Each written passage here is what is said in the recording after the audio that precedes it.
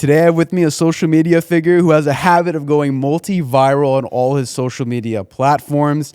You've probably seen him on TikTok or Instagram. His videos definitely have touched your heart if you have. He's done work with King Batch, Lele Pons, Juanpa, Zorita, Hannah Stockings, and Rudy Mancuso. Hopefully I announced those names right. Yep. Man, Neenib, how you doing today, brother? Pleasure to meet you, man. Yeah, absolutely. I'm doing good. How are you? Doing good, bro. This is a really awesome setup. Thank you for having me into your studio today. I appreciate it, bro. Yeah, of course. One Fluent, they kind of got it hooked up. So, Yeah, awesome. So the first time I ever met you, bro, this is what happened, right?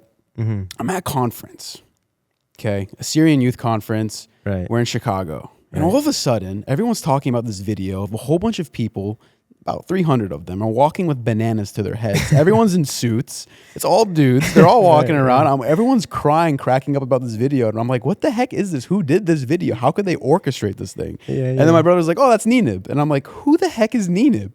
So I find out that that was you. So I've been following your work for a while now. Right. Yeah. That was a funny story. So we're at conference and the whole Minions movie came out during that week, and it was a whole trend on TikTok where people would dress up in suits and kind of go to the theaters all together with the Minions song in the background. So me and a buddy of mine, we thought of this idea where, you know how conferences is super strict. We can't really go outside to get anything. So I went on Instacart and I ordered like 200 bananas to the hotel. And before you know it, came in like 30 minutes. And we just had this idea to get everyone who was wearing suits during that one night where we had the party and kind of just film a TikTok.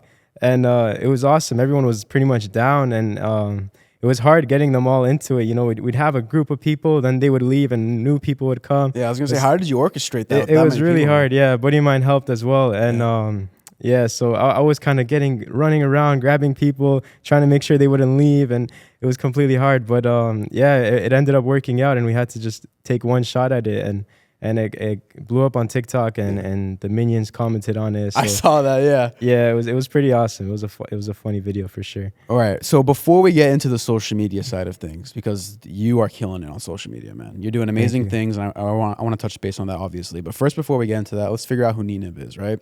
Yeah. So tell me, if I were in high school with you, right? You're going in a very positive direction. You're helping, you're saving people's lives. It's amazing to see. Who were you in 10th grade? Talk to me about your interests. What kind of kid were you? Were you shy, talkative? Yeah, I mean, so I come from Toronto, Canada. I was born and raised there, and my whole life growing up, high school, elementary school, my whole life was all soccer and track and field. I didn't see myself doing anything else really. I was just going to school. On my mind would just be soccer and track, and I would just play soccer. Even in like 8th grade, I would bring a little soccer ball and just play in the classroom. So my whole life it was track and field, soccer. I would go to school, leave school, go to practice, and just go home, eat good, sleep, repeat. And I would do the same thing for years. And that kind of built a discipline in me to just the simple things like eating right and not staying away from parties and staying away from drugs. So that kind of came with me on my journey. So I'm glad I went through all that. So it kind of helps me become the person I am today. That's interesting you say that it keeps you away from the drugs and party stuff now. So you're from Canada, which explains why you're such a nice guy. Yeah, appreciate it. And so you were in Canada, you came down here when you had the opportunity to make content. You said you left, you didn't leave, but like your family's back in Canada. Right. Your sister's back there, your mom, dad. You're out here by yourself, right? Yeah. So, and you had a solid foundation with sports. Now you're in the LA sphere. There's a lot of influences here that could take you the wrong way with partying, drugs, but you stick with your morality and values. Has it been hard, difficult? Have you had temptations? No, honestly, I haven't had temptations really, but when I came to LA, I had no intentions of making content, filming videos. I came here strictly for track and field. My goal was to run D1 track, and I was studying at a community college running track there, and kind of life had a different plan for me. So I kind of, TikTok came around, and I met a few people and started getting into the content world, just learning every day, started posting videos, and I kind of just stopped track to focus on social media. So were you going for track for college? For college, right. A scholarship? Yeah. Oh, okay, nice. Yeah, What were you studying at the time? I was studying at Santa Monica College, and my goal was to run for UCLA, and I would train every now and then with them, but something on my mind was just, it didn't feel the same anymore. So I kind of stopped doing track, and it was about the same time social media and TikTok came around in my life, and I saw myself kind of maybe just changing paths and trying this out, and yeah, that's why I'm here right now. What was the field you were studying? In college, I was studying criminal justice. Okay. So, yeah, you know how Assyrian parents are. I gotta get that degree. So I was still studying criminal justice because they wanted me to have something to fall back on other than sports at the time. So yeah, that's what I was doing. So when you tell mom and dad, hey, school's not for me, not doing it, Yeah. I'm gonna go make videos. Right. How do they take that? Right. Yeah. So honestly, I didn't actually stop going to college. I'm still in college. It's just I took a semester off. I'm really close to graduating. I haven't got the degree yet, but I kind of just went full time on this now. And you know, I could always go to college and just finish up the last semester, really. But right now, my only intentions are to just create content and just inspire others. How old are you? I'm 22. Okay, you're 22 years old. You're out here by yourself in LA. Yeah. Obviously, there's a nice Assyrian community out here, so you're close to everybody there, so you're not feeling too lonely. Right. Yeah. So I live like really close to my church, and I was lucky enough to meet all the Assyrians there, and it's kind of like a whole family. So if anything happens, they got me, and we just help each other out. So it's nice to have Assyrian friends here for sure. They motivate me and everything. So it's a plus for sure, especially in LA. Yeah, it's a positive. You can get lonely out here, man, even though there's so many people. And so when I was looking into you, when you first started doing social media, I started to see you as a background person for Adam Waheed. Right. Is that how you pronounce his name? Sorry. Adam Waheed. Right. Adam Waheed. Yeah. And you were a waiter in one of the sketches that they were doing. And I was like, oh, that's Neenib. And so I was like, okay, so you're making these connections early on. You look like about an 18, 19 at the time. 18 at the time, yeah. So how did you make those connections? How did you land that? And where has that led you now? Right, yeah. So it's a funny story. No one really knows this besides like my close friends and family. So I had just happened to be at the bank and I was just wanting to open up a debit card. And then I saw Adam there and I didn't know his name. The night before was my first time seeing his videos. I was like, I know this guy. I was just watching him last night. I'm like, what's his name? So I quickly pull out my phone and I try to find posts that he's tagged in. And I go through like Lele Pons, King Batch. And when I find him, I'm like, Adam, okay. So right before he leaves the bank, I kind of call him by his name. I'm like, hey, Adam. He's like, hey, man, what's up? And I was like, hey, bro, I love your videos. I'm a big fan of your videos. You're super funny. And something in my gut just told me to ask him this question. And I said, I'm thinking of getting into content creation. Do you have any advice for me? And I was lucky enough that the very first influencer I came across was Adam because he's the one that helped me the most out of everyone. So he was nice enough to speak to me for like five to 10 minutes, just giving me advice straight up. And he was waiting for his Uber. So when his Uber came around, he had to go, but he gave me his number, luckily. And he's like, I'll give you my number. I'll text you a bit more advice. And 5 minutes later, he's gone. And he sends me 2 long paragraphs of advice and tips about content creating. And from there, I just left him with a text. I said, thank you so much. If you need anyone, I'm always available for anything, camera-wise, extras, anything. And what he said was just keep hitting me up, remind me every now and then. So every week, I would hit him up once a week. I was like, hey, Adam, just a friendly reminder. I'm always available if you need anyone. No answer. So every now and then, he'd be like, yeah, for sure. And a month would go by, nothing. And one time, he was at Universal Studios. I saw on his Instagram story. And I just happened to work there that time. So I leave my shift, and I go out looking for him just to kind of build the connection. And what were you doing at Universal at that time? At that time, I was working as a cook. Oh, okay. Yeah, so I kind of got out of a uniform and just went looking for him. And luckily, it was horror nights. It's dark. It's really hard to find someone. You're chasing someone at horror night? Yeah. It's hard. It's dark. You can't really see. There's a bunch of people. It's hard to find him. Yeah. And luckily, not even 2 minutes, I start walking and he comes in my path. And I was like, hey, Adam, remember me? It's like, yeah, of course. And we just had a little quick chat. And then the very next day, he FaceTimes me. He's like, hey, bro, I have this role for you. It's a small role as a waiter for a T-Mobile commercial. He's like, are you down? And I was like, of course. And from there, he just liked what I did and kept calling me to more videos. And we built a friendship. And then that's where I would kind of meet King Batch, Lele Pons. Yeah. It was really all through him. So it just took one person to introduce me to all these people. And from there, it was the same thing. I would just talk to King Batch or Lele and just say like, hey, I'm always available. Yeah. And we just built a friendship, and I kind of got into their circle. And from there, I learned a lot from them. Are you still in contact with Adam? I am, but we're not as close anymore. Yeah. Because at the time I wasn't creating content for myself. I was just helping them out.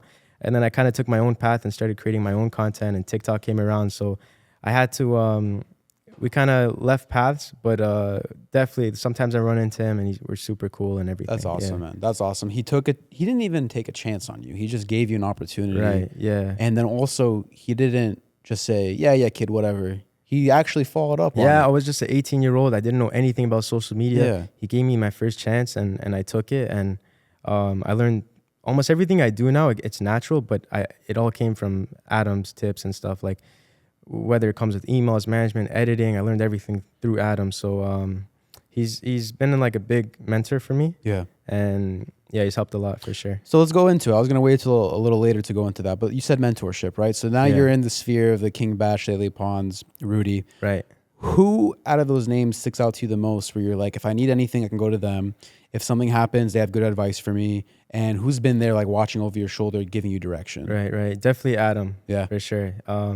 As nice as the other creators are, Anwar is a very nice one as well. Yeah. He's a funny guy, yeah. So Adam was the one that really helped me. And if I ever have any questions or anything at all, I would ask him and he'd help me out. And even now, if I have any questions or anything, and I would for sure go to him. Because he gave me a chance. Like even, I was still young, I wasn't creating videos, and he always said to me, he said, if you ever start creating content, I'll be in your videos for sure. Like you're helping me out, I have to help you out.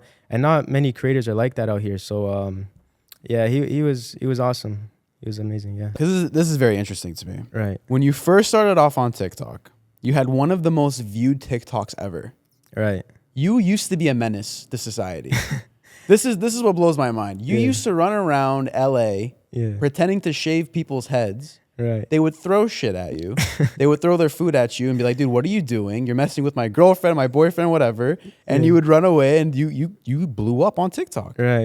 And then you shifted to the content that you do now. And for the people that don't know, you help homeless people get off the streets. You do nice things. You do charity videos. Yeah. It's beautiful to see. And you're spreading this amazing thing of generosity. Yeah. How did you start doing those types of content? And then how did you shift to doing the charitable videos? Yeah. So honestly, the only answer I can say is Jesus. Okay. That's a good answer. Yeah. So I completely just stopped living for myself. I stopped living for the world and I gave my life to Jesus. And ever since then, I just completely stopped everything bad. I stopped swearing.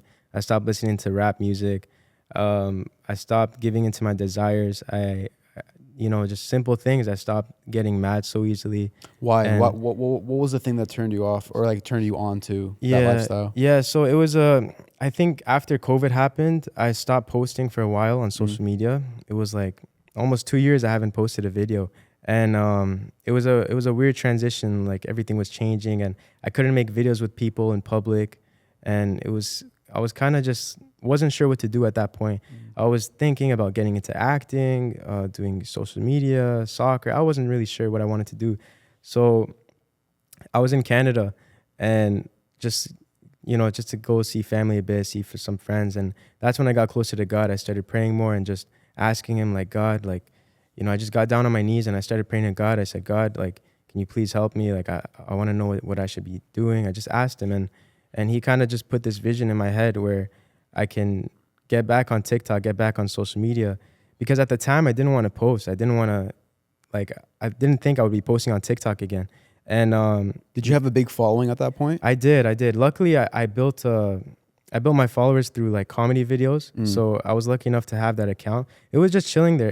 It was like over 1 million followers and I just wouldn't post. So I realized like God just put this vision in my head. I have this account just chilling there. Why not use it for good? So I noticed there's a lot of bad on the internet lately as well. Yeah. And so I figured out how if I could just make good content with the followers I have and just put good out there to inspire others to do the same and just see some good content out there and help people out at the same time, I thought it's like a win-win situation. And to represent Jesus as well, like through these videos, I thought it'd be the perfect idea. So what happened was, I was in Canada and that's when everything kind of clicked. God just put the vision in my head and I called my friend Braven, who lives out here, and I said, we both wanted to do something. Luckily, he got close to God the same exact time I did. So we were both same mindsets and everything. So I said, when I get back to LA, we got to do something. And the very first day I come back to LA, we make this video and I post it, and I wasn't expecting anything of it. I thought maybe I would have been happy with 100K views, even anything, you know. And it just blew up. It hit 4 million. And What was the video? it was me kind of buying it like a little teddy bear for some mom. She her kids were looking at it, but she couldn't buy it. She said she couldn't afford it, so I bought it for her. And before I posted, I'm just like, God, if this is for me, can you please like just give me a sign, like help me out here. And I did not expect that video to blow up. I haven't posted in like 2 years. My engagement's like done.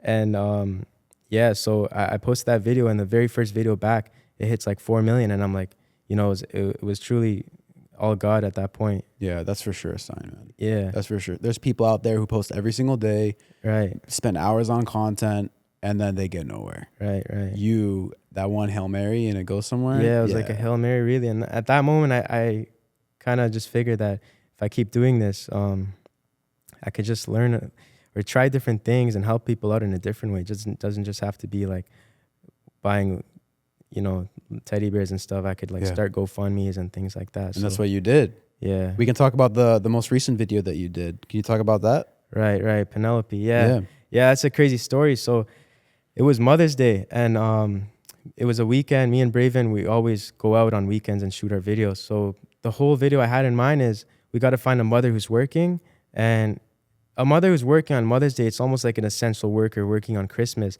So I wanted to find a mother who's working, whether it's at a restaurant, clothing store, whatever it is. I wanted to just tip her like $100 and give her some flowers and say Happy Mother's Day. And, you know, we spent the whole day going in and out of stores.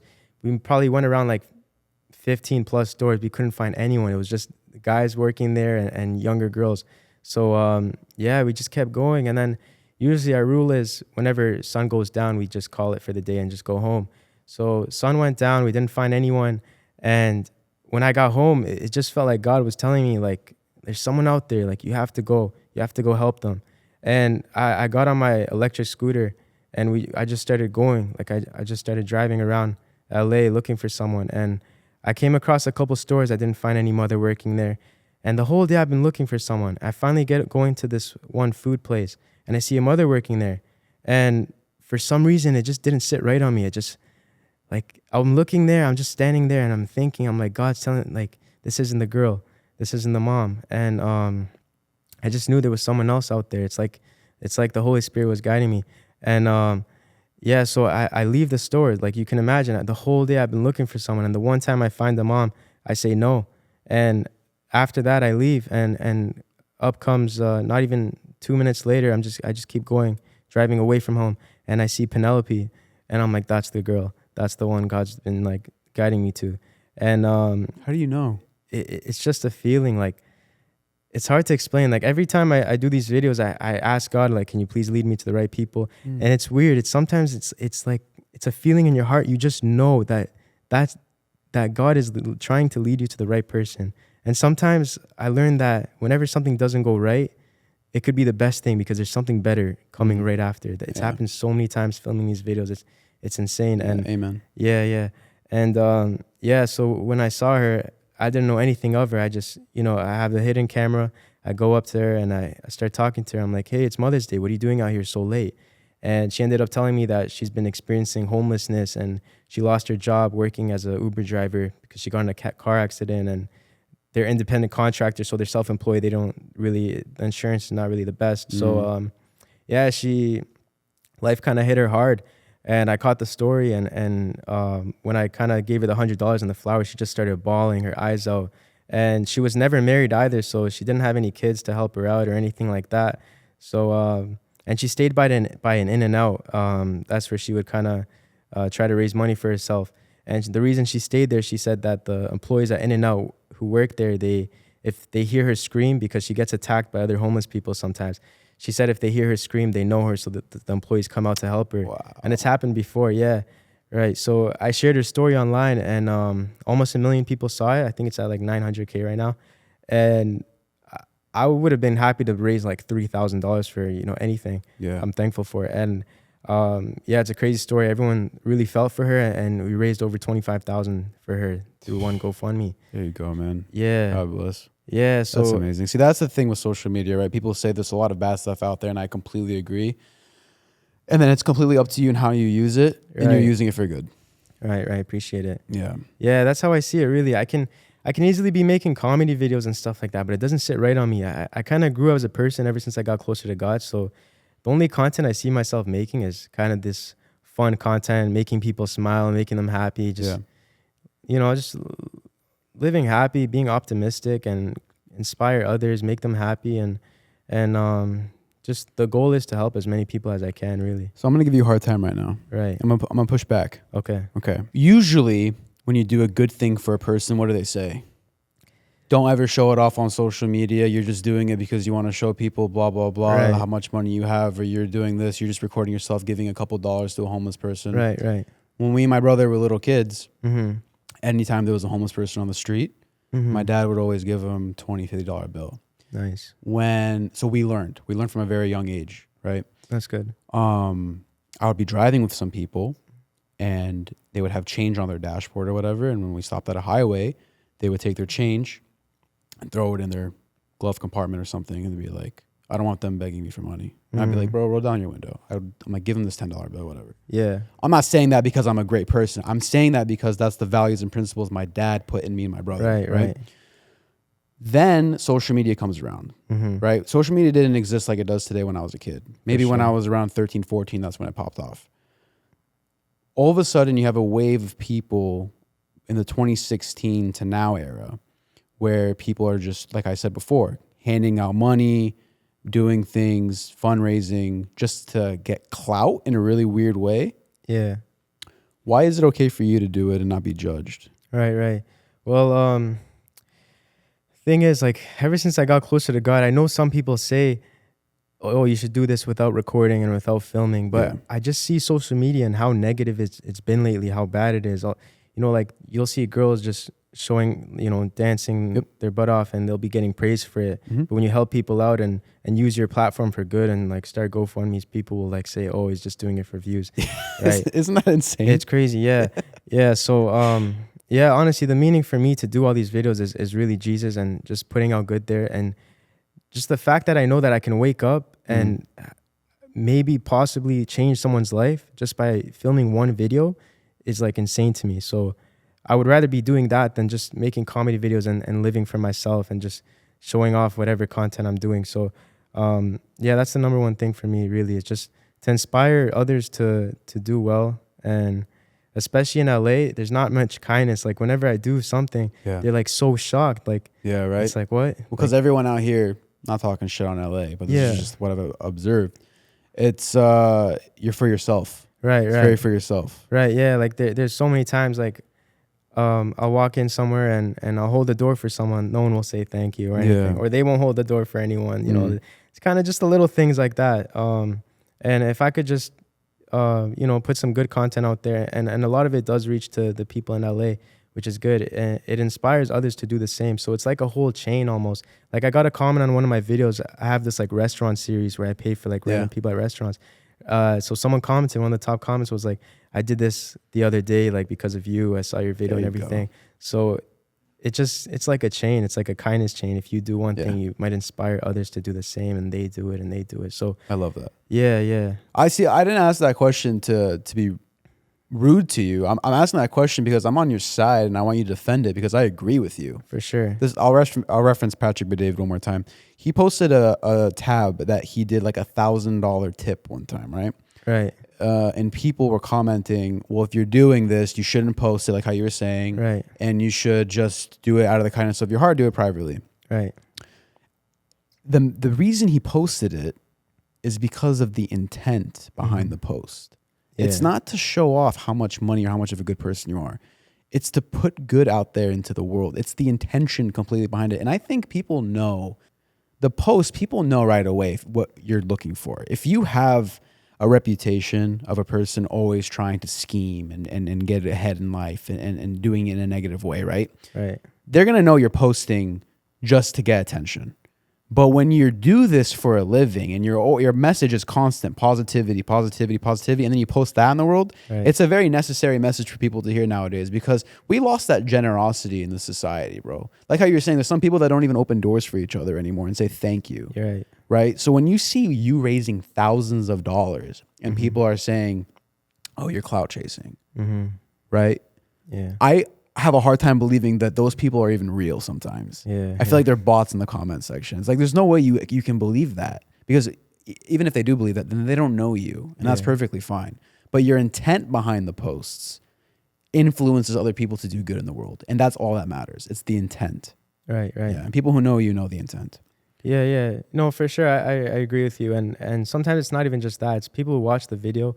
Lots of them message me. They're like, hey, I'm in the hospital right now. I'm going through this, or I'm depressed, and I love your videos. It brings joy to me. I'm glad you're doing this. And just like, people aren't really used to seeing kindness content out there. And sometimes it just brings a joy to people. Dude, it really does. Like, there's a whole subgenre of people making videos, reacting to your videos. Yeah. You know that, right? Like, there's people out there watching your videos and like they're like clapping with their audio off, and they're like giving thumbs up, and those videos go viral. Yeah, I've seen. So your videos of other people's videos go viral. That's how much of an impact it is, bro. Yeah, it's pretty crazy. Yeah. Awesome. I see a couple of them crying as well. It's like, does it ever like make your head big getting the numbers? No. Like I said, ever since I got closer to God, like, your generic kind of point of view on creators and how they are, and how the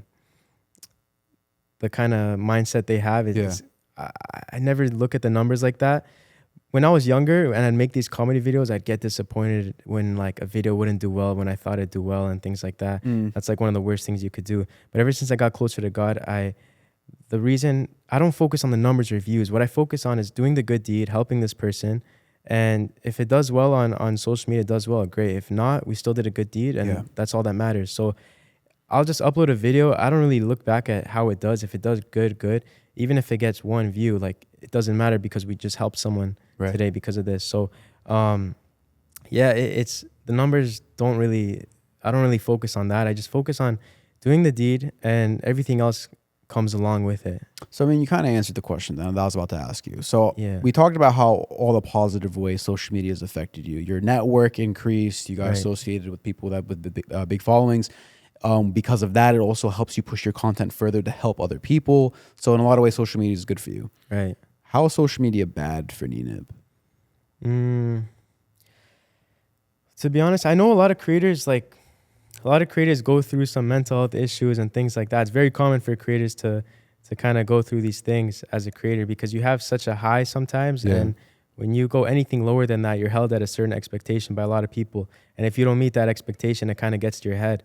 And a lot of creators do end up burning out and have things like that. But like I said, the number one thing for me is just living for God and trusting Him. And I don't see myself ever really having a burnout or anything like that. It never really affects me making these videos. I don't think it can, just because I know that God is with me at all times. I just walk by faith. And I know if I just keep trying to make Him proud, that He'll always be with me no matter what. Do you have a manager or someone in your ear telling you what's good and what's bad? Yeah, I do have management by One Fluent, like this whole studio we're in right now. They could help me a lot with any tips, advice. They give me like camera stuff. They'll suggest if I should like go on this podcast or not, or I should wait a bit. Or I'm glad they say yeah. Yeah, right.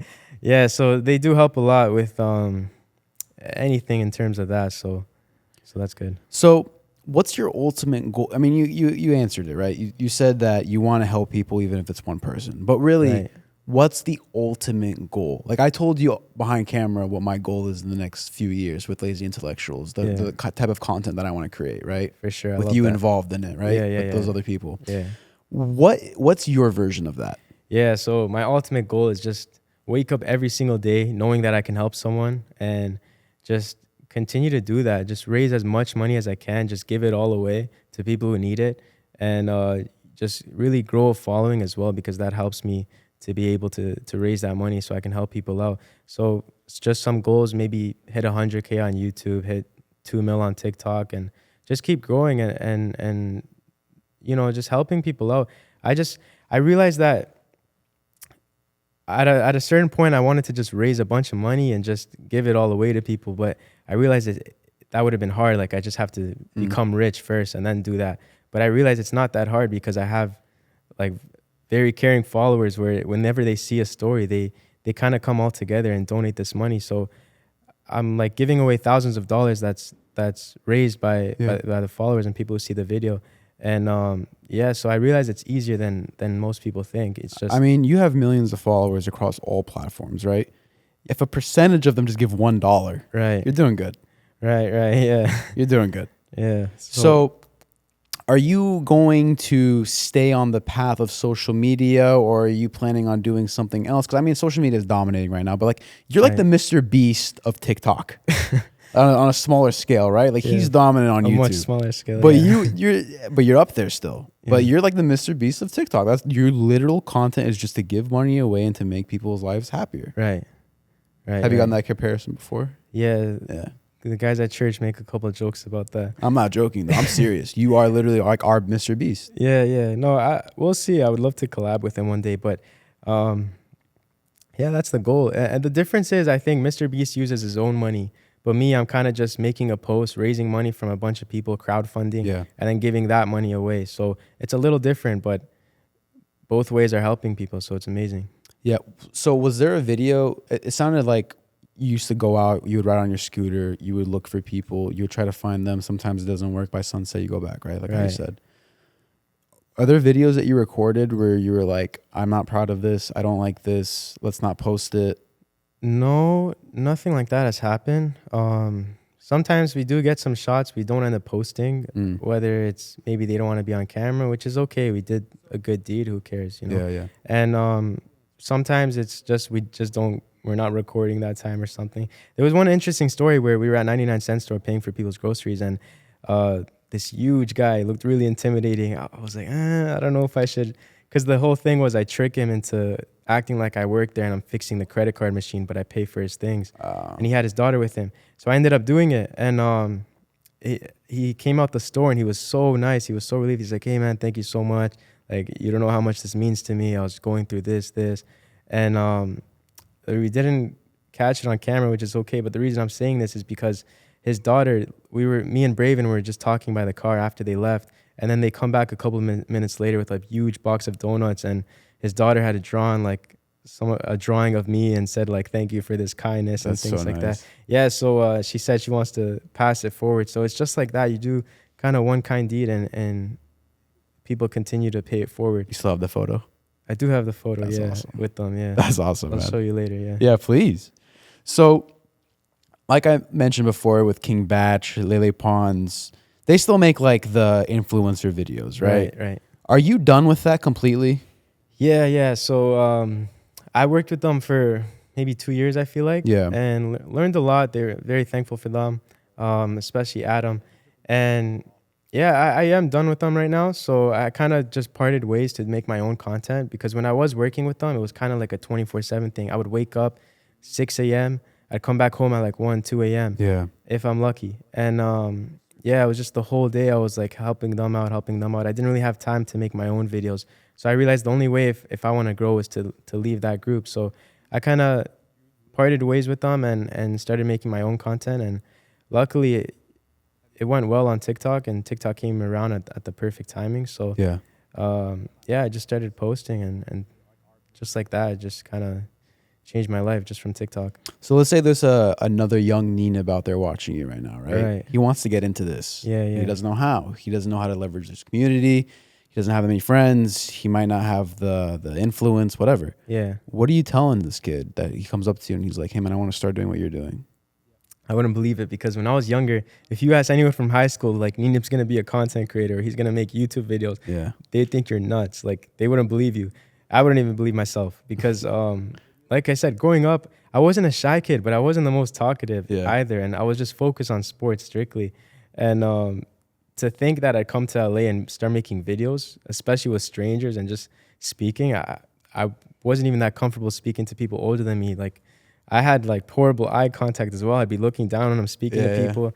And kind of just moving to LA, it kind of just helped me out, just throwing myself out there, just speaking to people, making these videos with random strangers. It helps a lot with communicating skills and everything, and just being more comfortable. So yeah, to answer your question, I just wouldn't believe my younger self. Yeah. Well, like, what advice would you give someone else that wants to start out doing what you're doing too? I see what you're saying. Yeah.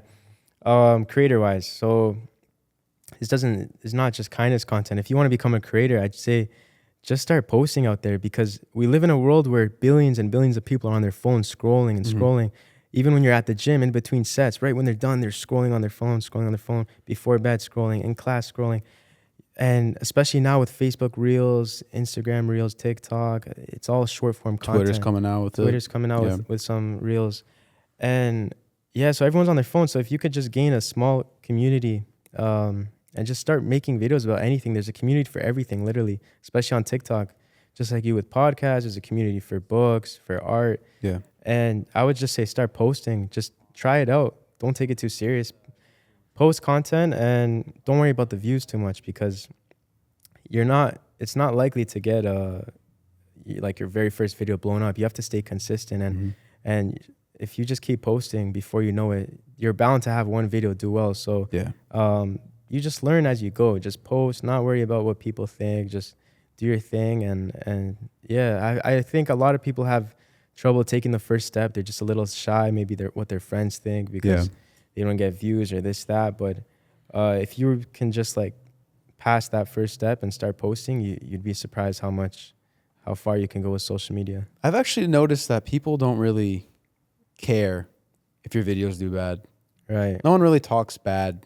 And if they do, like, they're a special type of hater. But it's like, Right. I have videos on my YouTube channel that are like 50 views, right? Yeah. And they're some of my favorite videos. Yeah. Right. Exactly. And then I have some reels I posted, 200,000 views, right? And it's just Nice. like, it's great, it's cool, but my proudest pieces of work don't get the recognition that they deserve. I'm not sitting there thinking like, oh, this guy is probably sitting there like laughing at me, whatever, right? It's just like, I don't think people really care that much. Like, I'm removing my ego from it, being like, no one really cares about me that much to sit there and judge every single one of my moves. Right. So basically my message is, go out there and do the thing that you want to do the most, because people don't have you under a microscope like they think you do. Exactly. Yeah. I think it's in a lot of people's heads where they think they'll be judged for this, that. But if, like I say, if you want to do something, and if you know God would be proud of you if you do that, then you shouldn't worry about what other people think.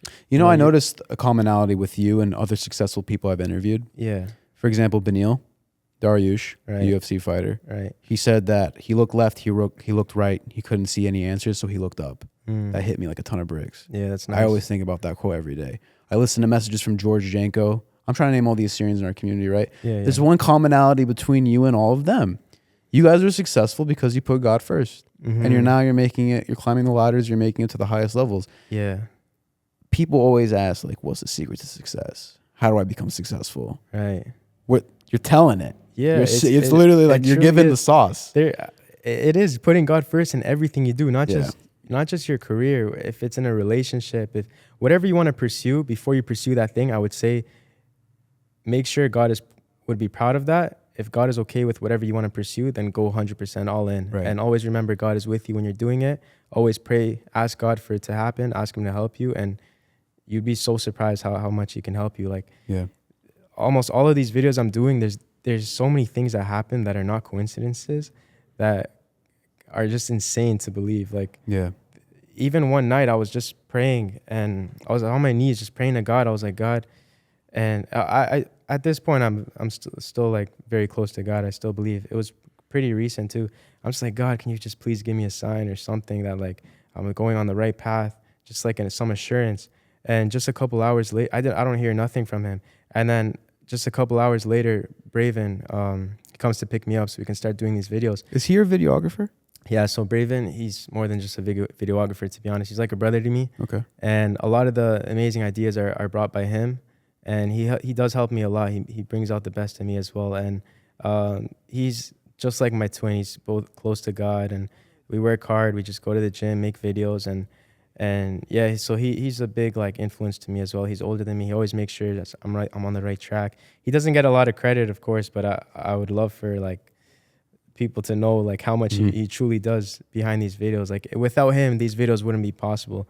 So yeah, he does a lot for sure. Shout And out. making these things happen. Yeah. So like I was saying, I was just asking God for a sign, and just a couple hours later, I'm in the parking lot. He's here to pick me up, and we're just talking, and all you see, this beautiful white dove just flies like chest level right past us. It was like the brightest, whitest thing I've seen, and it just flies right past us, flies around like a little over us, and just flies away. And I just knew like that was God. And I pulled out my phone and I searched up. I was like, what's the biblical meaning of a white dove or a dove? And it said the biblical meaning is the Holy Spirit. So I just knew like that, me asking God that time, and God sent that dove like our way. It's something you never see. Like it wasn't a coincidence. It's not like you're in LA, you're gonna see a dove just fly randomly. I've never seen a dove in public besides that moment. So it was kind of just crazy for that to happen. Yeah. That's beautiful, man. Yeah. And so the reason we do interviews like this is so I can humanize the person behind the camera, in front of the camera. Right. Because you have a following, and some people don't really know what you're about. They don't know your morals, values, and stuff like that. I mean, they can assume through the videos, right? But they don't really know you. Yeah. So I want them to go a little further with Neenib as a person. So what's the hardest thing you think you've ever been through in your life? What's something you struggled with? I think finding my why, I would say that. Like I said, I was at a stage in my life where I didn't know what I wanted to do. It was after COVID. I was all over the place. I was just, do I do this? Do I do that? I didn't have a why. And I wasn't that close to God that time. Of course, I was always religious, but deep down inside, I'd still kind of just give in to my desires. I would be swearing and things like that. I'd be skipping church more often. And yeah, so during that time, it was the hardest time in my life for sure. And That was the most you suffered. I would say so, like mentally and everything, it was definitely that. I was just kind of lost. I didn't know what I wanted to do in life. I was like, man, what do I do? Do I just give up, go study something in school and just do that? Do I become an airplane pilot? Like I was all over the place. I didn't know what I wanted to do. Were you scared? A little bit. It'd always be on my mind, like I know I'm young, but I kind of hold like high expectations for myself. So I just wasn't sure what to really do. And especially being Assyrian, you know how like strict parents are and how people judge and everything. So back then I really cared what people thought about me. And I didn't know what to do. I was just all over the place. And luckily, I found God and just asked him to guide me, to help me, and kind of just gave me this whole vision. And I told myself, I'm going to go in all in on this. I'll die trying if I have to. So that's where I'm at right now. And if this doesn't work out, I'll find the next best thing. I have to make it happen, but for sure, yeah. You're not exaggerating when you're saying you'll die trying. You're talking to people you have no idea on the streets, bro. Right. I was telling you off camera, I was like, I can't do what you do because that's scary to me. You were literally talking to random strangers. You don't know who these people are. They could be anybody, but yet you have no fear. You're doing the thing that you're supposed to, that you want to do. I can't do that. To me, that's dangerous. To you, that's the way of your life right now. That's awesome. Yeah, I mean, with that, a lot of people do say that. My dad calls me every now and then. He's like, be careful. Like, you don't know what they're on. Our parents literally say, don't talk to strangers. Yeah, You're doing the complete opposite. My dad actually doesn't know what kind of videos I'm doing. I just gave him a little hint. He always asks me to send them. He hasn't seen any? No, I don't send them to him. But like, bro, like on social media, he doesn't? No. My mom's a big supporter of mine. She sees the video. I asked her, like, is this okay? What do you think of this idea? She helps me a lot too, her and Braven. But my dad has no clue like what exactly I'm doing. So that's crazy. Yeah, until we'll see. Maybe one day I'll let him know. But if someone watching this will probably expose me to him. Yeah. But no, he won't really be disappointed. He'll just always be on me, like be a little rough on me, like be careful, don't do this, don't do that. But I get the excitement, like I want to do this, I want to help these people, and it's almost like how people have hobbies. Like whenever you're playing soccer or reading a book, that's all you think about. You don't think about anything else. And whenever I'm making videos, it's kind of like my joy. Like I don't really think about anything else. I'm just so focused on this, and it feels good. You just want to do it again. And if I don't post a video in like a couple of days, it doesn't bother me, but it's like, man, I want to go make a video right now. Yeah. Like, even if it's late, let me think of something, go do it. So it's something like that. It's just become natural in my life. And yeah, So when you're on the streets, you're never worried about these people running up to you, doing something to you? Yeah, no, because before every day when I know I'm filming, I just pray to God and I ask him, like, please lead me to the right people. And luckily I haven't met anyone like, anyone who's against these videos or anything. So I've been running into the kindest people, and it's truly been amazing. And especially in LA, I wouldn't think I'd meet this many amazing people on the street. Yeah. But yeah, if you really just speak to some people, sometimes you never know what they're going through or how nice they are as well. And yeah, luckily I've been like guided to the right people so far. So hopefully that continues, and that's how it is. Yeah. Do people recognize you? Every now and then, yeah. Lately with the flower videos. Yeah, I bet. I've been doing. Sometimes people are being like, "Oh, you're the flower guy," or this that. Yeah, every now and then. I spoke at a middle school recently about like social Really? media.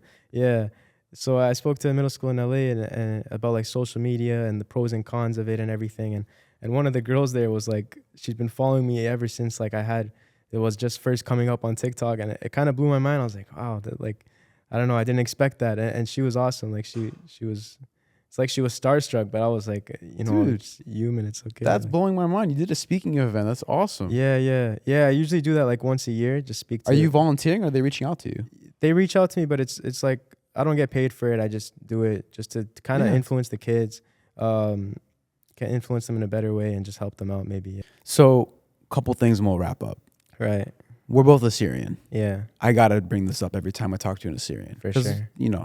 We're proud of it. Mm-hmm. What does it mean to you to be Assyrian? Does it matter to you? Some Assyrians don't really care. Some of them, Americanized, whatever.